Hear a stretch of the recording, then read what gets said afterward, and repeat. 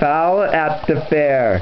Foghorn Leghorn using a tennis practice.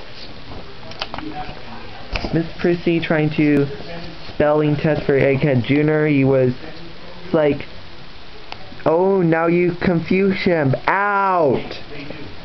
Then Barnyard Dog using weight and stuck. He was kicked out. He was using an egg. And Egghead Jr. spelling bee. Spy Kids. That was like jokes on round 1.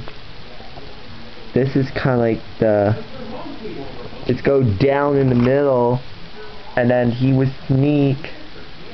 The girls are laughing. Then it's like American Woman just like Carrie Underwood.